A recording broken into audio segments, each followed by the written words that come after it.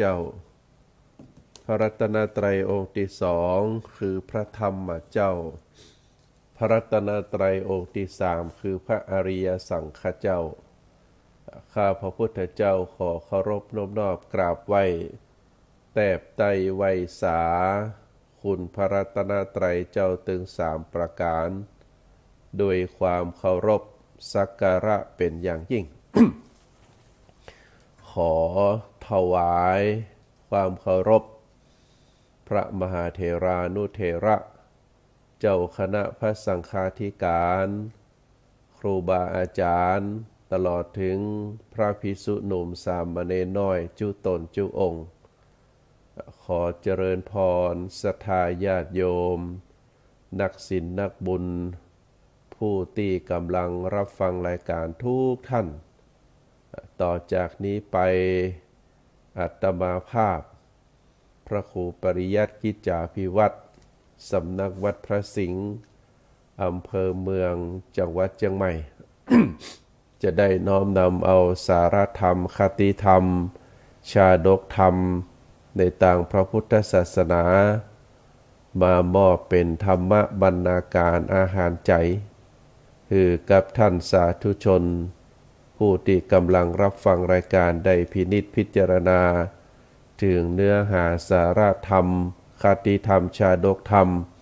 ตั้งหลายเหล่านั้นเพื่อที่จะก่อให้เกิดปัญญาบารมีแล้วก็จะได้น้อมนำมาประพฤติปฏิบัติ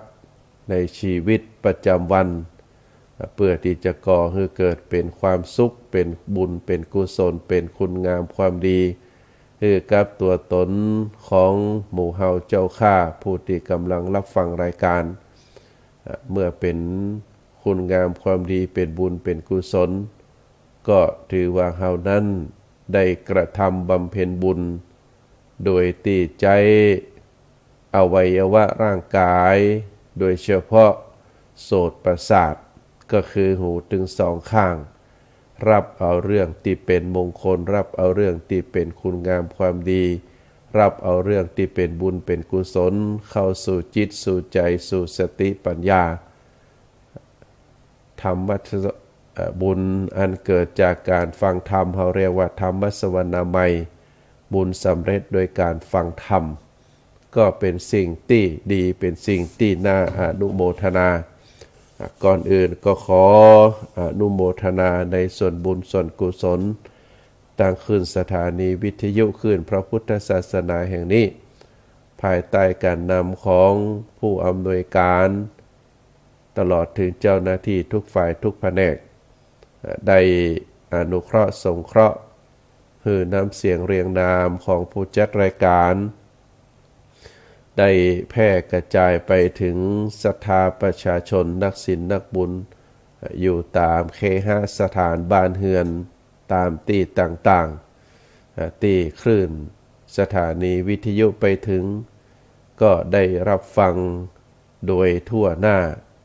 ก็นับว่าเป็นบุญเป็นกุศลเป็นสะพานบุญเป็นอย่างยิ่งที่คลื่นสถานีวิทยุคลื่นพระพุทธศาสนาคลื่นสีขาวแห่งนี้ได้ทำหน้าที่ในฐานะที่เป็นสะพานบุญจากผู้จัดรายการไปสู่ท่านผู้ฟังโดยบ่มีโฆษณาอย่างมาขวางกั้นก็ได้ทำหน้าที่เป็นลักษณะแบบนี้เป็นประจำทุกคืนทุกวันเป็นสิ่งที่หาได้ยากเพราะการได้เป็นสะพานบุญนั้นถือว่าเป็นการกระทำที่พระโพธิสัตว์ในอดีตการเปิ่นเคยทำมาฆมานพได้สร้างต่างได้เพียวต่างแล้วก็ได้เอาตนเอาตัวนอนฮือพระศาสดาพระพุทธเจ้าได้เดินข้ามไปโดยที่พระบาทของพระพุทธเจ้านั้นบ่ได้เปื้อนโคลนเปื้อนตมเอาตัวเองเป็นสะพานแล้วก็ได้ไปเกิดเป็นพระอินทร์ ในเทพในสวรรค์นะได้เกิดเป็นพระอินทร์ในสวรรค์เพราะอานิสงส์ของการเป็นสะพานเอาตัวเอาตนเป็นสะพานเพราะฉะนั้นถือว่าเป็นสิ่งที่เป็นพลานิสงส์อย่างสูงอย่างท่าน ผู้อำนวยการก็ดีของคลื่นสถานีวิทยุเจ้าหน้าที่ทุกฝ่ายทุกแผนกก็ดีตลอดถึงครูบาอาจารย์ที่ได้เริ่มตั้งสถานีวิทยุคลื่นพระพุทธศาสนาด้วยใจฮักด้วยการเสียสละการจะตั้งคลื่นพระพุทธศาสนาคลื่นหนึ่งก็บ่ใช่เป็นเรื่องของง่ายจะต้องกระทำโดยใจฮักต่ออันศรัทธาญาติโยมเมื่อเป็นลักษณะแบบนี้ก็ก่อคือเกิดเป็นบุญเป็นกุศลตามที่ว่ามาเรียกว่าเป็นสะพานบุญเป็นสะพานอากาศเป็นสะพานบุญเป็นสะพานคลื่นวิทยุที่ได้นำเสียงเรียงนามโดยเฉพาะพระธรรมคำสอนความรู้สาระต่างๆได้ออกไปสู่ศรัทธาประชาชนเป็นจำนวนมากก็ขออนุโมทนาบุญ ท่านสาธุชนทั้งหลายในการที่เฮาท่านทั้งหลายได้มีโอกาส ได้บำเพ็ญทานก็ดีได้ประกอบคุณงามความดีก็ดีได้รักษาศีลได้ฟังพระธรรมเทศนาได้เจริญจิตภาวนาสวดมนต์ไหว้พระซึ่งเฮาท่านทั้งหลายได้กระทำบำเพ็ญมาโดยตลอดนั้นก็ถือว่า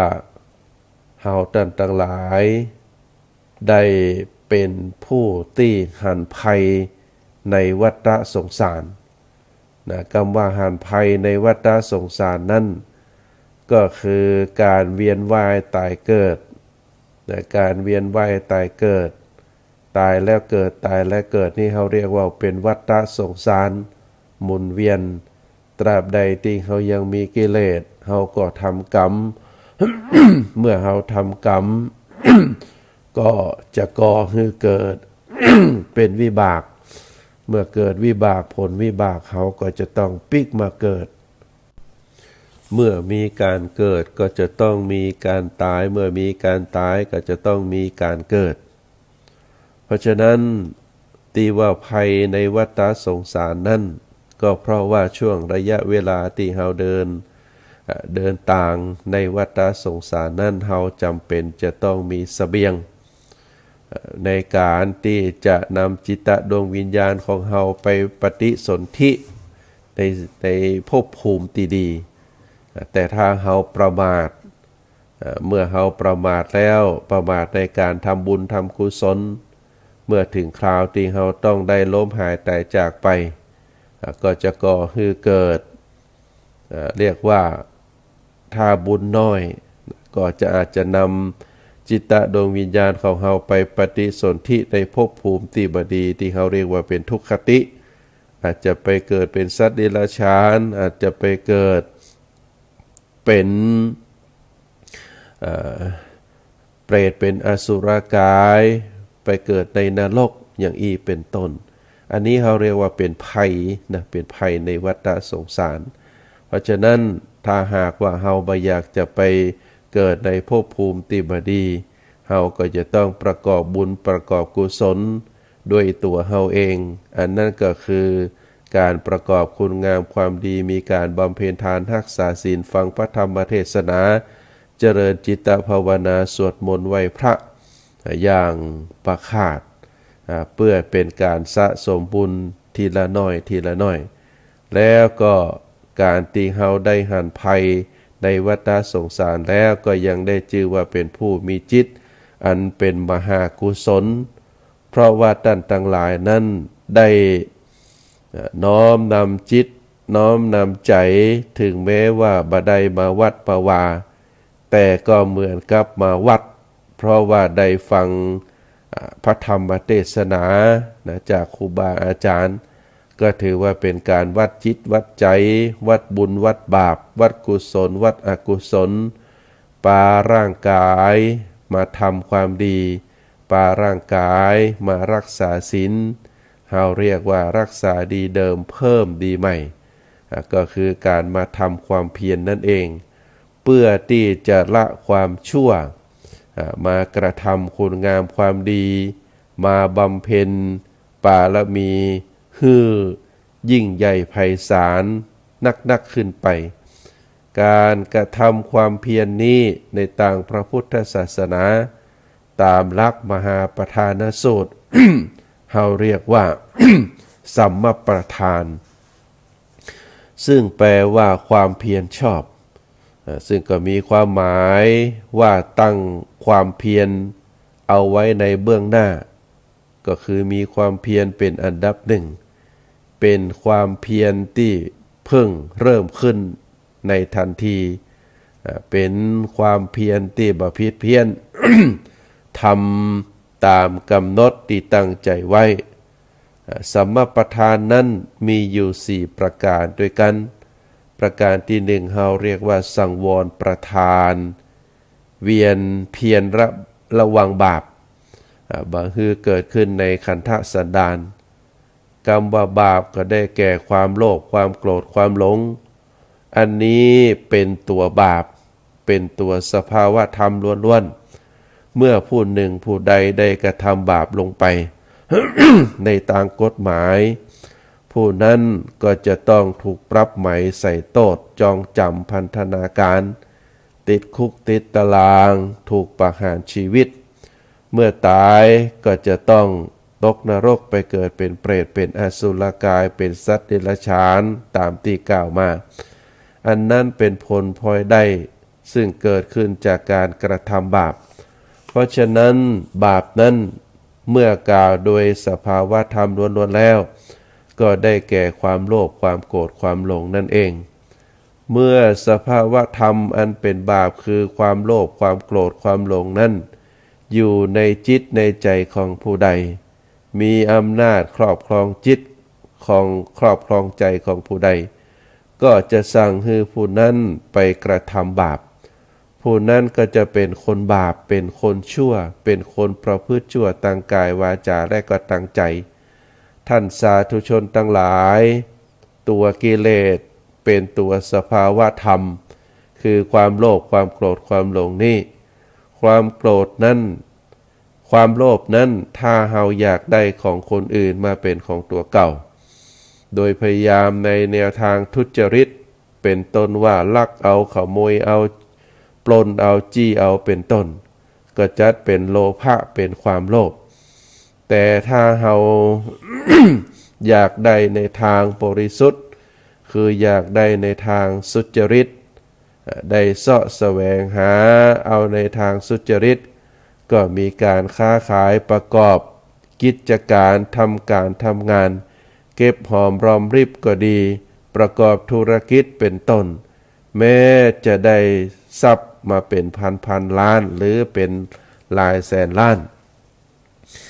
ท่านก็เรียกว่าบ่ได้เป็นความโลภแต่เป็นความขยันประกอบสัมมาชีพอย่างนี้เป็นต้นในทางธรรมเฮาความหมายในระดับสูงขึ้นโลภะความโลภหมายถึงความอยากได้ในอารมณ์เป็นต้นว่าอันยังเกิดขึ้นตั้งตาหูจมูกลิ้นกายใจเฮาบ่ได้กำหนดมีความพอใจชอบใจในอารมณ์นั้นๆก็เป็นโลภะแล้วอารมณ์ใดๆก็ตามที่เกิดขึ้นตั้งตาหูจมูกลิ้นกายใจเฮาบ่ได้กำหนดเกิดความยินดีชอบใจพอใจในอารมณ์นั้นๆถือว่าเป็นโลภะอารมณ์ใดๆก็ตามที่เกิดขึ้นตั้งตาหูจมูกลิ้นกายใจแล้วเฮาก็รู้สึกบ่ชอบบ่พอใจและเฮาก็บ่ได้กำหนดรู้ตัวอันนี้ถือว่าเป็นโทสะแล้วอารมณ์ใดๆก็ตามที่เกิดขึ้นทางหูจมูกลิ้นกายใจเฮาบ่ได้กำหนดเฮาปล่อยให้เป็นไปตามธรรมชาติจัดเป็นโมหะสรุปแล้วอารมณ์ต่างๆที่เกิดขึ้นจากทวารทั้ง6ถ้ารู้สึกชอบใจเป็นโลภะ ถ้าหูซึกบ่ชอบใจเป็นโทสะเมื่ออารมณ์เกิดขึ้นมาแล้วเฮาบ่ได้ใจสติกำหนดบ่ได้ใจปัญญาพิจารณาปล่อยให้เป็นไปตามธรรมชาติอันนี้จัดเป็นโมหะเพราะฉะนั้นเมื่อเฮาตั้นทั้งหลายได้มีโอกาสฟังเทศน์ฟังธรรมมีโอกาสประกอบคุณงามความดีประกอบทำความเพียรเพื่อระวังบ่ให้บาปเกิดขึ้นในขันธสันดานเฮาจะเพียรจะใดจึงจะได้ชื่อว่ามีการระวังบาปบ่ให้เกิดขึ้นในขันธสันดานหลักการในการทำความเพียรก็คือจะต้องมีสติสติแปลว่าความระลึกได้ขณะที่กำลังทำต่างกายกำลังทำกำลังต่างวาจากำลังคิดต่างใจเฮามีสติของเฮาบ่เผลอการที่เฮากำหนดการกระทำกรรมที่ใจที่คิดโดยใจสติกำกับระมัดระวังก็ถือว่าเป็นการระวังบาปแล้วเมื่อเฮาระวังบาปแล้วเป็นลักษณะแบบนี้ความโลภความโกรธความหลงก็จะเกิดขึ้นมาได้ในขณะที่เฮากำหนดหูอยู่ในอิริยาบถทั้งสี่ก็ถือว่าเฮาระวังแล้วในขณะที่เฮาระวังนี้บาปเกิดขึ้นมาได้บอกว่าเฮาจะประสบอารมณ์ต่างตาหูจมูกลิ้นกายใจหรือต่างหลังใจเฮาเอาสติกำหนดตามความเป็นจริงในขณะที่เฮากำหนดหูอยู่บาปคือความโลภความโกรธความหลงเกิดขึ้นในขันธสันดานของเฮาบ่ได้ก็ถือว่าเฮาได้ระวังบาปบ่ให้เกิดขึ้นในขันธสันดานอันนี้เป็นสังวรประทานประการที่สองปหานะประทานเพียรละบาปที่เกิดขึ้นแล้วให้หมดไปเพียรจะใดจึงชื่อว่าเป็นการเพียรละบาปที่เกิดขึ้นให้หมดไปก็คือในขณะที่เราทำความเพียรกำหนดโดยสติกำหนดอยู่ในอิริยาบถทุกอย่างบ่ว่าจะเป็นการยืนการเดินการนั่งการทำงานการพูดคุยเมื่อมีสติกำกับอยู่ทางกายของเราก็คือทำกามสามแล้วก็ทางวาจาก็คือวจีกรรมสี่ทางใจก็คือมโนกรรมเมื่อต่างกายก็ดีต่างวาจาก็ดีต่างใจก็ดีเฮาบริสุทธิ์แล้วอันนี้ถือว่าเป็นศีลถือว่าเป็นศีลที่เกิดขึ้นแล้วเพราะฉะนั้นเมื่อเฮาถือว่าเฮาได้มีศีลเกิดขึ้นแล้วเฮาได้ถือศีลยังกุศลคือเกิดขึ้นแล้วในขณะที่เฮามีสติมีความรู้สึกว่าเฮาทำอะไรหยังเฮาอะไรหยังเฮาคิดอะไรหยังถ้าเฮากำหนดได้แล้วเผลอน้อยเรียกว่าจิตของเฮาเป็นสมาธิแล้วลักษณะอย่างนี้เฮาเรียกว่าเป็นสมาธิกุศลเกิดขึ้นในขันธสันดานของเฮาแล้วคือในขณะที่จิตของเฮาตั้งมั่นบ่เผลอเรียกว่าเผลอน้อย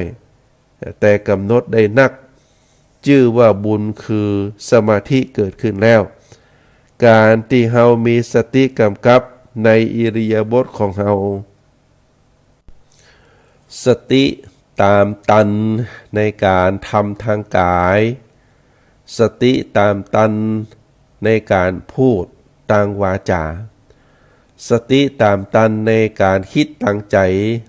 โดยทำฮือเรียกว่าโดยฮือทำพูดคิดไปในทางที่ดีไปในทางที่ชอบการหู้อย่างนี้ถือว่าเป็นปัญญาเกิดขึ้นแล้วเพราะฉะนั้นถ้าเราทำเป็นลักษณะแบบนี้ เรียกว่ามีศีลมีสมาธิแล้วก็มีปัญญาเฮาละบาปได้ด้วยการใจรักไตรสิกขาเมื่อถือว่าเป็นเรื่องที่ดีเป็นเรื่องที่ถูกต้องนะลักษณะแบบนี้อยากจะให้ศรัทธาญาติโยมได้พินิจพิจารณาได้กระทำบ่อยๆนะเป็นหลักธรรมที่พระพุทธองค์ได้สอนให้เจ้าพุทธเฮาใจเวลานะในการกระทำโดยเฉพาะการศึกษาเรื่องไตรสิกขานะโดยการใจสิ่งที่เฮากระทำอยู่ทุกเมื่อเจื่อวันนะใจสติกำกับอยู่โดยเฉพาะตั้งกายวาจาใจ ตั้งกายของเฮาก็คือการทำกรรมตั้งกายมีการฆ่าสัตว์มีการหักทรัพย์มีการประพฤติผิดทางกรรมทางกรรมประพฤติผิดในกรรมทั้ง3อย่างนี้เราถือว่าเป็นการกระทำทางกายกระทำตามความบดีทางกายอันได้แก่การฆ่าสัตว์การลักทรัพย์การประพฤติผิดในกรรมส่วนช่องทางที่จะทำความชั่วทางวาจาหรือที่เรียกว่าวจีกรรมก็จะมีอยู่4ทางอันได้แก่การอู้คำหยาบอู้กรรมเท็จอู้กรรมส่อเสียดอู้กรรมเพ้อเจ้อกรรมทางลักษณะถึง4อย่างนี้บ่ว่าจะเป็นกรรมหยาบกรรมเท็จกรรมส่อเสียดกรรมเพ้อเจ้อก็ถือว่าเป็นวจีกรรมส่วนมโนกรรม มโนกรรมนั้นมีอยู่3ประการนะมโนกรรมนั้นมีอยู่3ประการก็คือโลภอยากได้ของคนอื่นแล้วก็ผูกอาฆาตพยาบาทจิตดวงนั้นเป็นมิจฉาทิฏฐิถึง3ประการนี้เรียกว่าเป็นมโนกรรมเมื่อกายก็ดีเมื่อวาจาก็ดีหรือใจก็ดีเฮาได้กระทำในสิ่งที่เป็นบริสุทธิ์ในสิ่งที่เป็นบริสุทธิ์ก็คือเว้นจากการฆ่าสัตว์เว้นจากการลักทรัพย์เว้นจากการประพฤติผิดในกามอู้จาในสิ่งที่เป็นกรรมสุภาพเป็นกรรมถูกต้องบ่เป็นกรรมโกหกบ่ได้อู้กรรมส่อเสียดคือคนผิดกันแตกแยกความสามัคคีกัน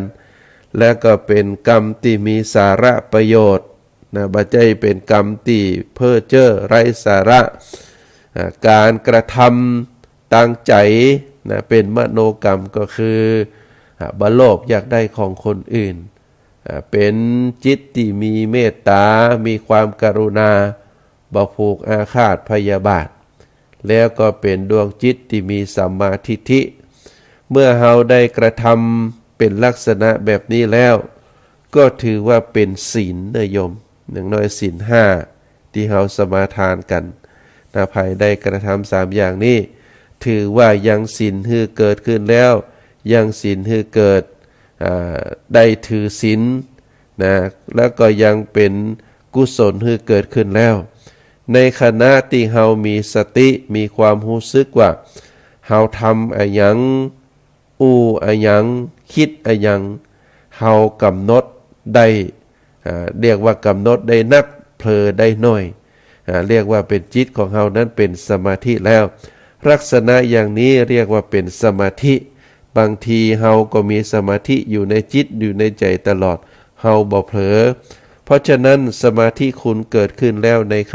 ขันธสันดานของเฮาคือในขณะที่จิตของเฮาตั้งมั่นบ่เผลอบ่เรอบ่เผลอหรือเผลอน้อยที่สุดได้กำหนดได้นักถือว่าเป็นบุญคือสมาธิเกิดขึ้นแล้วการที่เฮามีสติกำกับในอิริยาบถของเฮาสติตามทันในการทำทางกายสติตามทันในการตั้งอูตั้งวาจา สติตามทันในการทางจิตทางในการคิดตั้งใจโดยคือทำพูดคิดในต่างที่ดีในต่างที่ชอบการที่เฮาได้หู้อย่างนี้ถือว่าเป็นปัญญาเกิดขึ้นแล้วเพราะฉะนั้นท่านสาธุชนทั้งหลายศีลสมาธิปัญญาตึง3ประการนี้เฮาถือว่าเป็นไตรสิกขาเป็นไตรสิกขาที่พระพุทธองค์ได้กำหนดไว้หลักไตรสิกขาเป็นลักษณะแบบนี้ถือว่าเป็นสิ่งที่น่าอนุโมทนาในส่วนที่เฮาท่านทั้งหลายระมัดระวังประพฤติปฏิบัติตามหลักธรรมคำสอนขององค์สมเด็จพระสัมมาสัมพุทธเจ้าท่านสาธุชนทั้งหลายมีเรื่องเล่าในพระธรรมบทว่ามีบุรุษคนหนึ่งมีร่างกายแข็งแรงกำยำแล้วก็เป็นคนมีเคราแดงมีตาเหลืองเป็นบุรุษที่น่ากลัวมีชื่อว่านายตัมภทาธิกะนายตัมภทาธิกะนี้มีอยู่วันหนึ่งได้ไปขออาศัยในสำนักของพวกโจรแต่หัวหน้าโจรนั้นไม่ยอมรับโดยได้กล่าวว่าบุคคลผู้นี้เป็นบุรุษมาสามารถที่จะรับไว้ได้เพราะเป็นผู้ที่มีร่างกายกำยำน่ากลัวสามารถที่จะเชือดเอาเลือดในคอของมารดาของตัวเก่ามาดื่มกินได้ซึ่งเป็นลักษณะของบุรุษโทษจึงรับไว้บ่ได้แล้วก็ปล่อยให้นายตัมภทาธิกะนั้นไปแต่ว่านายตัมภทาธิกะนั้นไม่ยอมกลับไปขออาศัยอยู่ในสำนักของสมุนบริวารโจรคนหนึ่งแล้วก็พยายามทำความดีทุกสิ่งทุกอย่างจนบริวารโจรนั้นพอใจไว้ใจแล้วก็เชื่อใจก็ได้ไปขอจากหัวหน้าโจรแห่งครั้งหนึ่งผลสุดท้ายหัวหน้าโจรก็อนุญาตให้อยู่ได้ท่านสาธุชนทั้งหลายธรรมดาโจรก็คือโจรบ่ได้อยู่เฉยๆต้องออกปล้นออกจี้เพื่อแย่งชิงเอาทรัพย์สมบัติของคนนั้นคนนี้มาเลี้ยงอัตภาพของตัวเองแล้วก็ของเจ้าหมู่เพื่อที่จะฮืออยู่ได้อันนี้ก็เหมือนเดียวกันในตัมภทาธิกะที่อยู่ในพวกโจรก็ต้องทำหน้าที่ของโจรหาปล้นหาจี้เอาทรัพย์สมบัติของคนนั่นพ่องคนนี้พ่องจนประชาชนชาวเมืองต่างหลายได้เกิดความเดือดร้อนไปกราบทูลพระเจ้าแผ่นดินพระเจ้าแผ่นดินจึงได้สั่งให้เจ้าหน้าที่และก็มหาชนได้ตามล่าพวกโจร500เอามาลงโทษตามกฎหมายของบ้านเมืองผลสุดท้ายก็สามารถจับโจรถึง500ได้เมื่อจับโจรได้มาแล้วเจ้าหน้าที่ได้พิพากษาตัดสินประหารชีวิตโจรถึง500คนโดยการตัดคอคนทั้งหลายก็ไปถามหัวหน้าโจรก่อนว่าท่านเป็นหัวหน้าโจรท่านสามารถที่จะประหารนักโทษที่เป็นบริวารโจรของท่านได้ก่อนถ้าได้ก็จะไว้ชีวิตของท่านและก็จะให้คุณงามความดีซุบเลี้ยงเป็นหัวหน้าโจรต่อไปหัวหน้าโจรก็บอกว่าข้าพเจ้าบ่อาจที่จะอยู่ด้วยข้าพเจ้าบ่อาจที่จะทำได้เพราะอยู่ด้วยกันมาเมินโจรคนที่2ที่3ที่4ก็บ่สามารถที่จะประหารหัว ศีรษะตัดศีรษะโจรทั้งหลายได้เขาก็ถามไปตามลำดับจนถึงคนสุดท้ายคือนายตัมภทาธิกะนายตัมภทาธิกะบอกว่าเขาสามารถทำได้แล้วก็ได้ฮือดาบแก่นายตัมภทาธิกะนายตัมภทาธิกะนั้นเป็นคนที่มีบุคลิกลักษณะที่เรียกว่าเชื่อใจบ่ได้เป็นคนร่างกายกำยำเขาแดงตาปนคอต่อก็ได้ฆ่าโจรเหล่านั้นด้วยการตัดคอไปทีละคนทีละคนตัด500 ครั้งก็หมดเมื่อโจรตั้งหลายได้ถูกนายตัมภทาธิกะนั่นได้ฆ่าแล้วนายตัมภทาธิกะก็ได้ชื่อว่าบุรุษผู้ฆ่าโจรเจ้าบ้านเจ้าหน้าที่ก็จึงได้ฮือชีวิตฮือความดีความชอบพร้อมกับตั้งไว้ตำแหน่งนายเพชฌฆาตตั้งแต่บัดนั้นเป็นต้นมาเจ้าบ้านเจ้าเมืองเจ้าหน้าที่ก็ได้เอานักโทษทั้งหลายคือนายตัมภทาธิกะนั้นฆ่าข้างละ 2-3 คน100 คนก็มี200 คนก็มี500 คนก็มีจนนายตัมภทาธิกะทำหน้าที่บุรุษผู้ฆ่าโจรอยู่เป็นเวลาถึง55 ปีภายใน55 ปีนี้เขาฆ่าคนไปได้ถึง 2,000 กว่าคน เมื่อเขาแก่ลงร่างกายบ่มีแหงปอก็บ่สามารถที่จะตัดคอ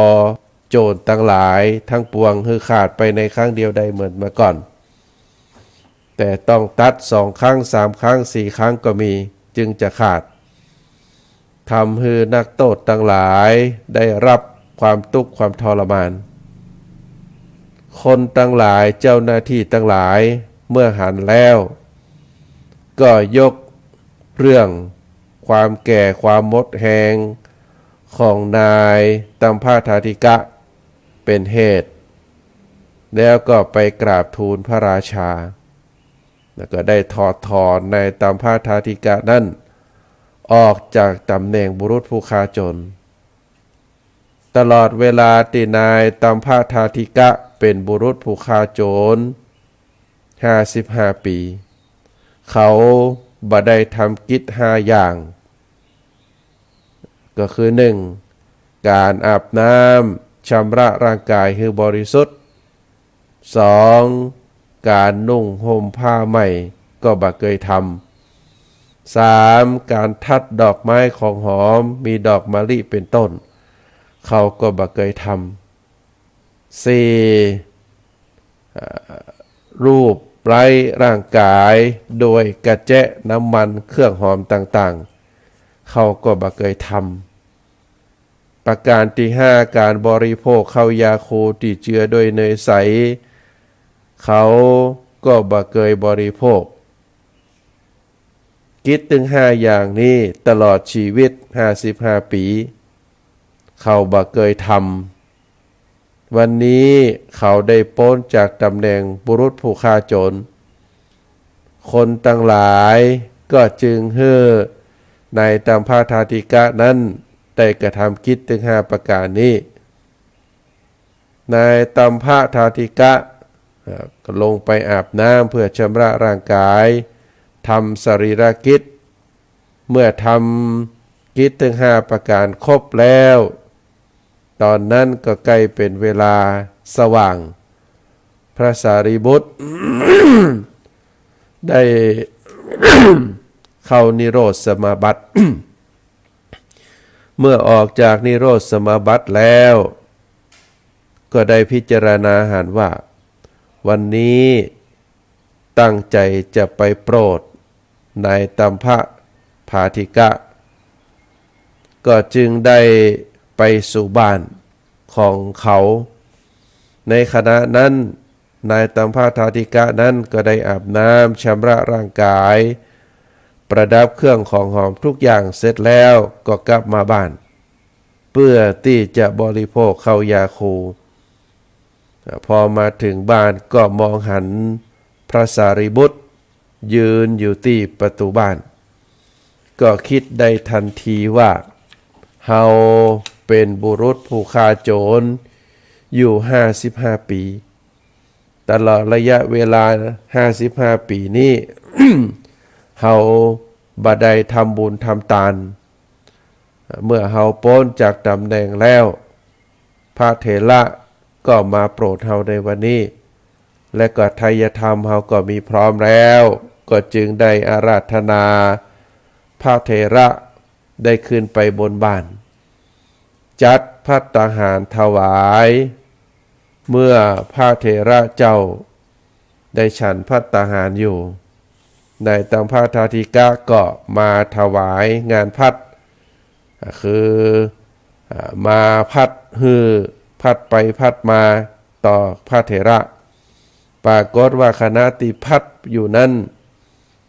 กลิ่นข้าวยาคูก็เข้ามาถูกจมูกก็เกิดความกระหายขึ้นมาทันทีอยากจะดื่มพระเถระได้หูวาราจิตของเขาก็จึงได้กล่าวว่าดูก่อนอุบาสกก็พัด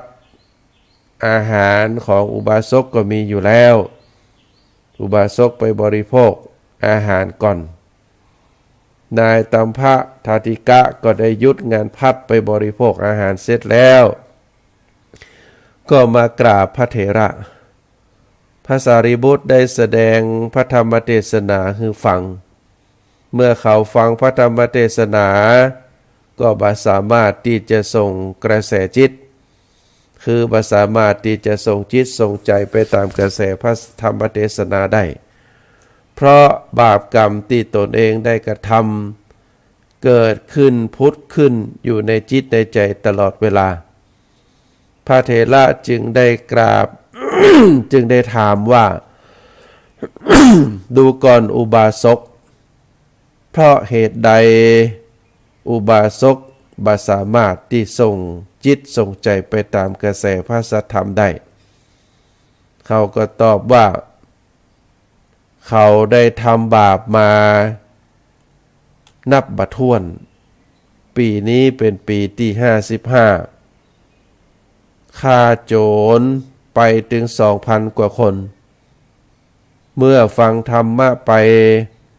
ภาพที่กระทำบาปกระทำกรรมพุทธขึ้นมาในจิตในใจอยู่ตลอดเวลาเรียกว่ามาปรากฏอยู่ในมโนทวารอยู่ตลอดเมื่อเป็นลักษณะแบบนี้เขาก็บ่สามารถที่จะทำจิตใจให้สงบเป็นสมาธิบ่สามารถที่จะส่งจิตส่งใจไปตามกระแสพระธรรมเทศนาได้พระสารีบุตรเป็นผู้เปี่ยมด้วยปัญญาก็หากุศโลบายเพื่อเปลี่ยนความคิดของนายตัมพาทาธิกะแล้วก็ใจกุศโลบายนั้นโดยพระเถระได้ถามว่าดูก่อนอุบาสกในขณะที่ฆ่าโจรนั้นอุบาสกทำเองก็ว่าคนอื่นใจคือฆ่าเขาก็ตอบว่าผมบ่ได้ฆ่าเองพระราชาสั่งให้ฆ่าพระเถระก็จึงว่าเมื่ออุบาสกบ่ได้ฆ่าเองพระราชาสั่งให้ฆ่าบาปก็บ่ได้ตกอยู่ที่อุบาสกบาปก็ตกอยู่ที่พระราชาพอเขาได้ฟังเป็นลักษณะแบบนั้นก็ดีอกดีใจขึ้นมาทันทีเฮานี้ฆ่าคนไปถึง 2,000 กว่าคนการที่ฆ่าคน 2,000 กว่าคนนี้บาปกรรมเหล่านั้นบ่ได้ตกอยู่ที่ตัวเฮาตกอยู่ที่พระราชาผู้เดียวก็ดีอกดีใจขึ้นมาเกิดปีติฟังเทศน์ฟังธรรมส่ง กระแสจิตไปตามพระสัทธรรมเทศนาแล้วก็ได้บรรลุอริยมรรคอริยผลเป็นพระโสดาบันเมื่อเขาได้บรรลุธรรมคุณวิเศษพระเถระก็จึงได้ยุติการแสดงพระธรรมเทศนาลากลับวัดนายตัมภทาธิกะก็ได้ไปส่งเมื่อส่งพระเถระแล้วก็กลับมาท่านสาธุชนทั้งหลายบังเอิญว่าหนทางที่จะกลับบ้านนั้นนางยักษินีที่เป็นเจ้ากรรมนายเวรซึ่งทำบาปทำกรรมต่อกันมาแต่ชาติปางก่อนแปลงร่างมาในร่างของแม่โคลูกอ่อนมารออยู่ก่อนแล้วพอนายตัมภทาธิกะมาถึงแม่โคนั้นก็กระโดดควิดอย่างแรงนายตัมภทาธิกะก็ถึงแก่มรณกรรมไปในเจ้าวันนั้นพระพุทธองค์ได้พยากรณ์แก่เหล่าภิกษุทั้งหลายว่านายตัมภทาธิกะนั้นได้ไปเกิดในสวรรค์ชั้นดุสิตเพราะได้กัลยาณมิตรดีเมื่อก่อนหน้านั้นบักเกยพบกัลยาณมิตรเมื่อเขาได้ถวายทานแก่พระสารีบุตรได้ฟังธรรมของพระสารีบุตรแล้วการเพียรละบาปโดยการกำหนดจิตอันมีสติกำกับคือกระทำทางกายทางวาจาทางใจด้วยสุจริตตายแล้วก็เป็นอันว่าปิดประตูอบายภูมิได้เด็ดขาดจะมาไปสู่อบายภูมิอีกอันนี้ท่านสาธุชนทั้งหลายเป็นข้อธรรมะข้อที่สองเราเรียกว่าปหานาประทานเพียรละบาปที่เกิดขึ้นแล้วหื้อหมดไป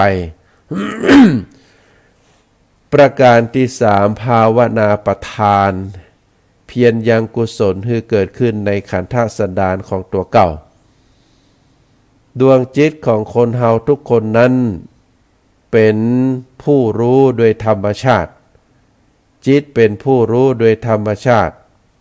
เป็นเพียงสักว่าหูคือหูซึกหูนึกหูคิดหูร้อนหูเย็นหูได้หันหูได้ยินได้ฟังหูได้ดมกลิ่นริมรสถูกต้องสัมผัสหูสิ่งสารพัดทั้งปวงแต่จิตนั้นบ่ฮู้จักพินิจ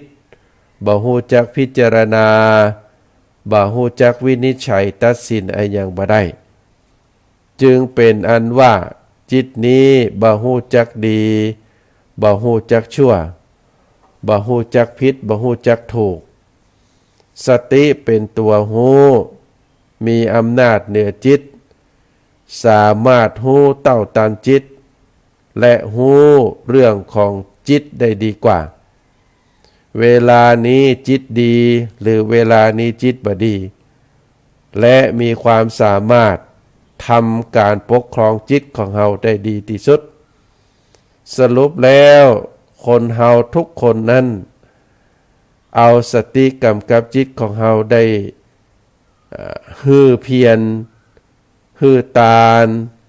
ฮือรักษาศีลฮือไหว้พระฮือทำวัดสวดมนต์ฮือเจริญจิตภาวนาและวิปัสสนาภาวนาเฮาปฏิบัติอย่างนี้ก็เพราะว่าเฮาเอาสติกำกับจิตได้อย่างที่ว่ามาเรียกว่าเพียรฮือกุศลเกิดขึ้นในขันธสันดานคือ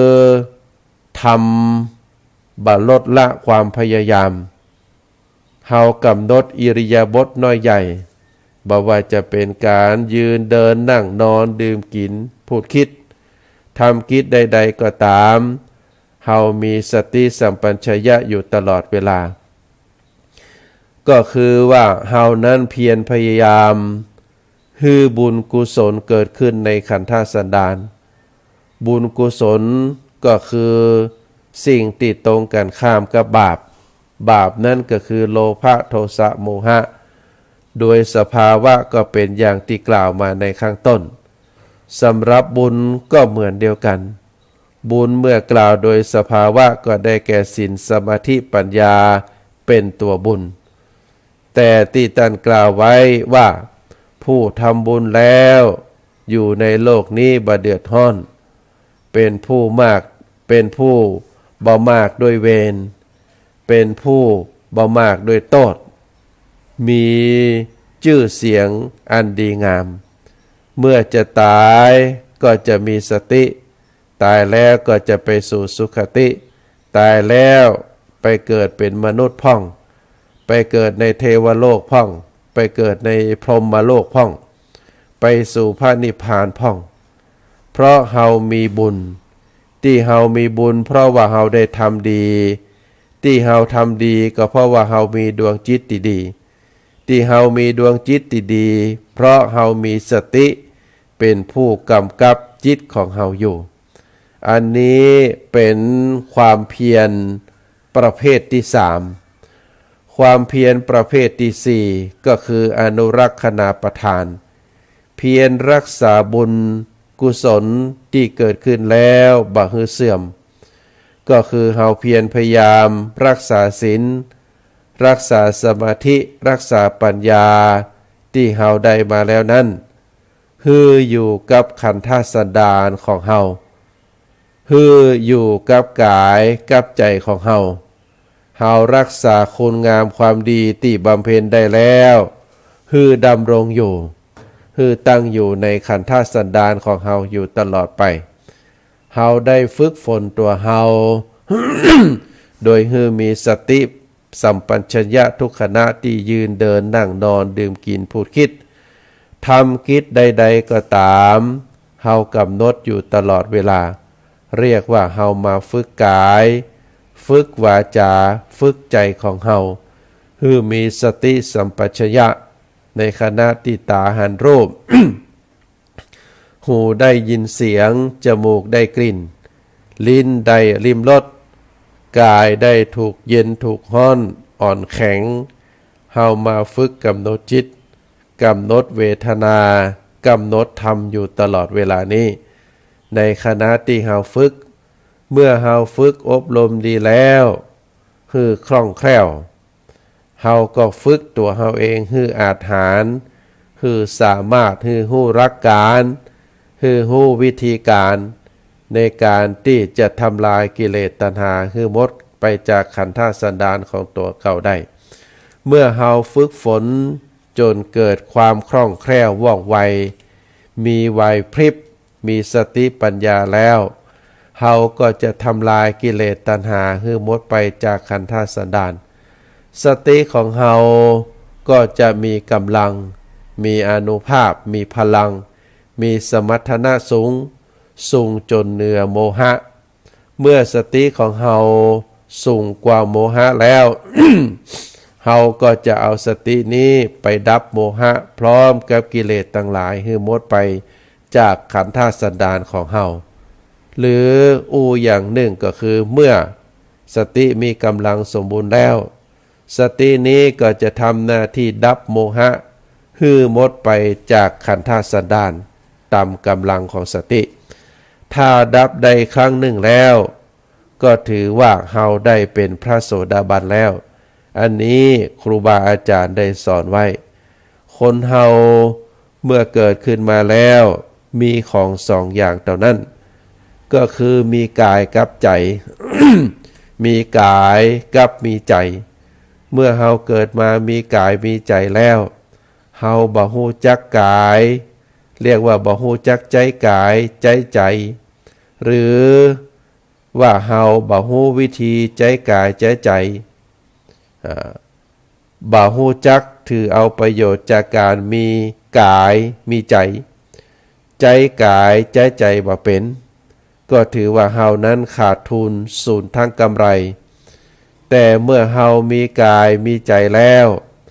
เฮาฮู้จักกายฮู้จักใจฮู้วิธีใจกายใจและก็ใจกายใจให้เป็นประโยชน์แก่ตัวเองและก็สังคมอันหยังที่จะได้ประโยชน์เฮาก็ถือเอาประโยชน์จากการมีกายมีใจจะได้ เฮาจะถือเอาประโยชน์จากการมีกายมีใจใจใดเมื่อหันว่าเฮามีกายมีใจแล้วเฮาก็รีบถือเอาประโยชน์จากกายจากใจนั้นจึงจะถือว่าเฮาได้ทั้งทุนทั้งกำไรเกิดมาแล้วบ่เสียจากเกิดบ่ขาดทุนเมื่อเฮามีกายมีใจแล้วหากว่าเฮาตั้งกายตั้งใจไว้บ่ถูกเมื่อตั้งใจไว้บ่ถูกการคิดก็ผิดการทำก็ผิดการอู้ก็ผิดการคบคนก็ผิดผลที่ได้รับเฮานั้นก็จะเดือดร้อนคนอื่นก็จะเดือดร้อนสังคมก็จะเดือดร้อนแต่ถ้าเฮาตั้งใจไว้ถูกการคิดก็ถูกการทำก็ถูกการอู้ก็ถูกการคบคุณก็ถูกผลที่ได้รับเฮาเองก็จะมีความสุขคนอื่นก็จะมีความสุขสังคมก็จะมีความสุขเพราะฉะนั้นท่านสาธุชนทั้งหลายเมื่อเฮารู้แล้วว่าตัวของเฮานั้นมีอยู่สองอย่างก็คือกายกับใจ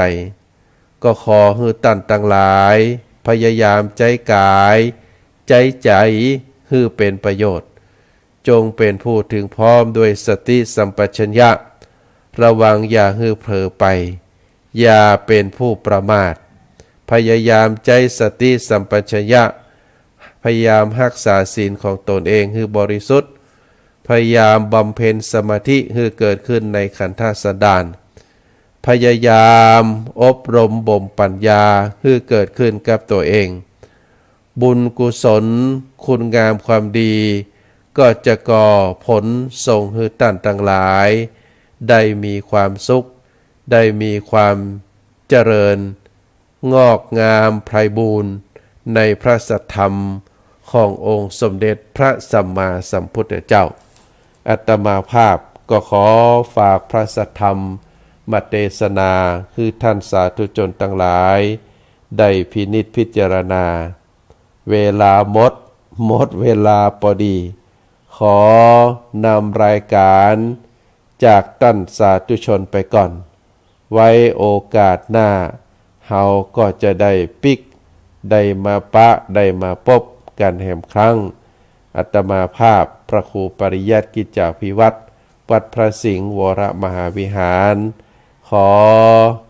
อำนวยอวยพรให้ท่านสาธุชนทุกท่านคือมีความสุขมีความเจริญนิราชคาแคล้วจากทุกโศกโรคภัยพยันตรายทั้งหลายทั้งมวลเน้อขอเจริญพร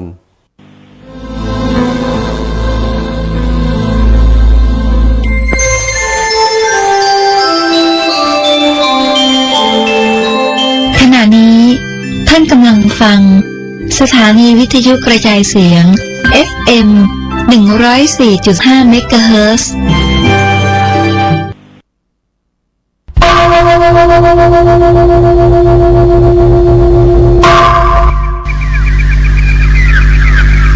พรุ่งนี้เป็นวันพระขอเชิญลดละอบายมุขทำจิตใจให้สงบสะอาดปราศจากสิ่งเศร้าหมองทั้งปวงเข้าวัดฟังธรรมแล้วไหว้พระสวดมนต์ตามสมควรเนื่องในโอกาสพระราชพิธีมหามงคลเฉลิมพระชนมพรรษา6 รอบ 28 กรกฎาคม 2567 รัฐบาลขอเชิญชวนหน่วยงานภาครัฐภาคเอกชนและประชาชนร่วมแสดงความจงรักภักดี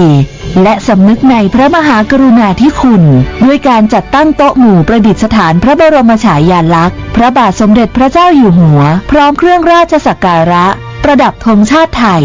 ธงตราสัญลักษณ์และประดับผ้าระบายสีเหลืองร่วมกับผ้าระบายสีขาวตามอาคารสถานที่ของหน่วยงานและบ้านเรือนพร้อมทั้งจัดกิจกรรมจิตอาสาบำเพ็ญสาธารณประโยชน์เพื่อสืบสานพระราชปณิธานและบำเพ็ญสาธารณกุศลถวายเป็นพระราชกุศลตลอดปี 2567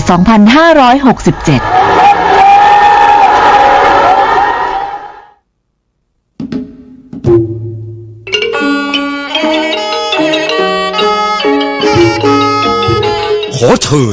ญพุทธศาสนิกชนร่วมงานพิธีวางศิลาฤกษ์ เจดีย์พุทธคยาจำลองเพื่อถวายเป็นพุทธบูชาไว้ในพระพุทธศาสนาและบูชาคุณพระเดชพระคุณพระพรหมมงคลหลวงปู่ทองสิริมังคโลอดีตเจ้าอาวาสวัดพระธาตุศรีจอมทองวรวิหารอดีตที่ปรึกษาเจ้าคณะภาค7ณพุทธมณฑลตำบลดอยหล่ออำเภอดอยหล่อจังหวัดเชียงใหม่ในวันเสาร์ที่15มิถุนายน2567เจ้าภาพอุปถัมภ์การก่อสร้างเจดีย์พุทธคยาจำลองโดยคณะศิษยานุศิษย์หลวงปู่ทองสิริมังคโลคุณแม่จันฟองกิ่วแก้วพร้อมด้วยลูกหลานบริษัทจำกัดเพชรอินทรีย์ทานสปอร์ตบริษัทจำกัดเขมรัฐทานสปอร์ตบริษัทจำกัดนครหลวงคอนกรีตและพุทธศาสนิกชนผู้มีจิตศรัทธาร่วมอนุโมทนาบุญทุกคนมีกำหนดการดังนี้วันเสาร์ที่15มิถุนายน2567เวลา 16 นาฬิกาพระสงฆ์พร้อมด้วยคณะเจ้าภาพและผู้ร่วมงานพร้อมกันณสถานที่พิธีไหว้พระสมาทานศีลพระสงฆ์เจริญพระพุทธมนต์ประกอบพิธีตอกไม้มงคลวางอิฐมงคลและวางแผ่นศิลาฤกษ์พระสงฆ์เจริญชัยมงคลคาถาจึงขออนุโมทนาบอกบุญมายังญาติโยมศิษยานุศิษย์ผู้มีจิตศรัทธาทุกท่านร่วมงานวางศิลาฤกษ์เจดีย์พุทธคยาจำลองและบูชาคุณพระเดชพระคุณพระพรหมมงคลหลวงปู่ทองสิริมังคโลอดีตเจ้าอาวาสวัดพระธาตุศรีจอมทองณพุทธมณฑลตำบลดอยหล่ออำเภอดอยหล่อจังหวัดเชียงใหม่ในวันที่15มิถุนายน2567นี้ตามวันเวลาดังกล่าวโดยพร้อมเพรียงกัน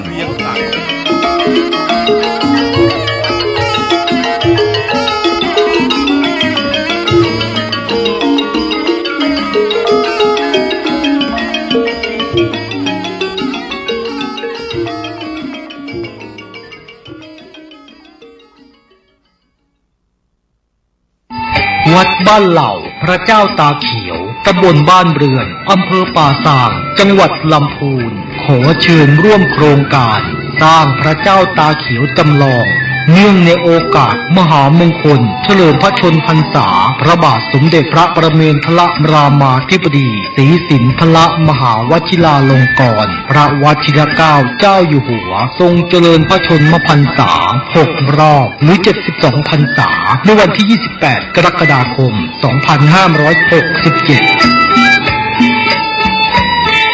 ในการนี้ทางวัดบ้านเหล่าพระเจ้าตาเขียวนำโดยผู้ช่วยศาสตราจารย์ด็อกเตอร์พระครูภาวนาโสภิตพระวิปัสสนาจารย์เจ้าอาวาสวัดบ้านเหล่าพระเจ้าตาเขียว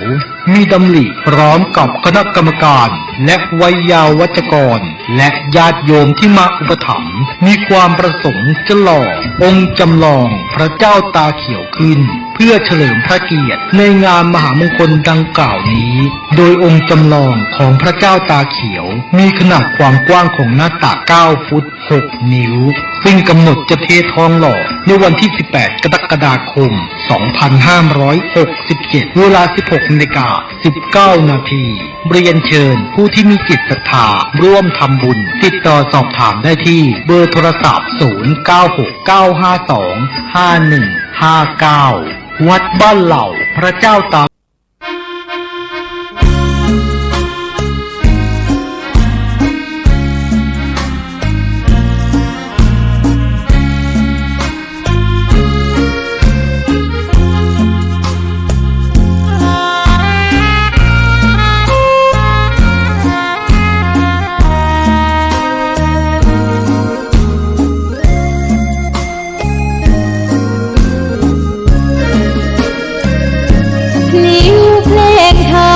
ถูกถ้อยคำเข้าถึงจิตใจ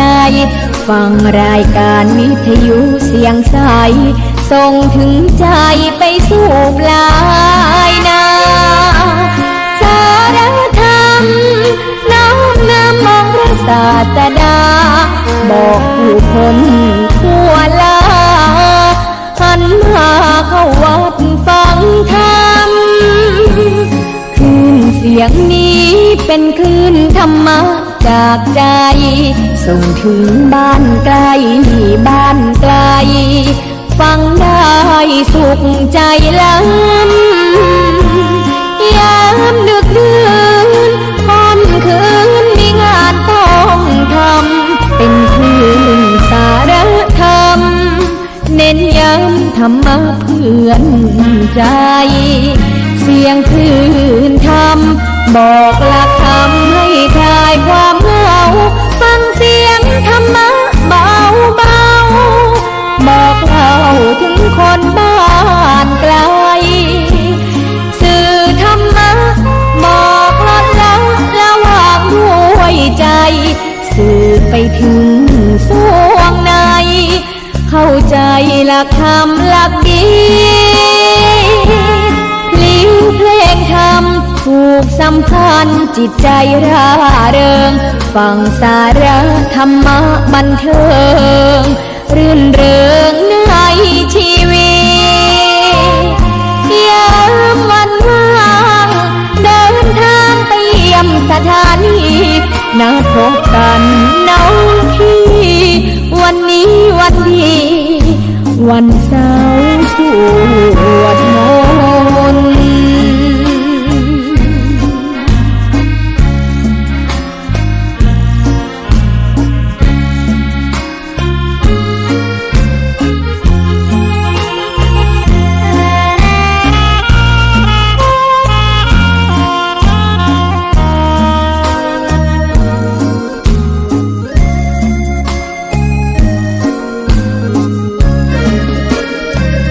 เสียงคลื่นธรรมบอกหลักธรรมให้คลายความเหงาฟังเสียงธรรมะเบาเบาบอกเล่าถึงคนบ้านไกลสื่อธรรมะบอกลดละระหว่างด้วยใจสื่อไปถึงสวงในเข้าใจหลักธรรมหลักดีเพลงธรรมถูกสัมพันธ์จิตใจร่าเริงฟังสาระธรรมะบันเทิงรื่นเริง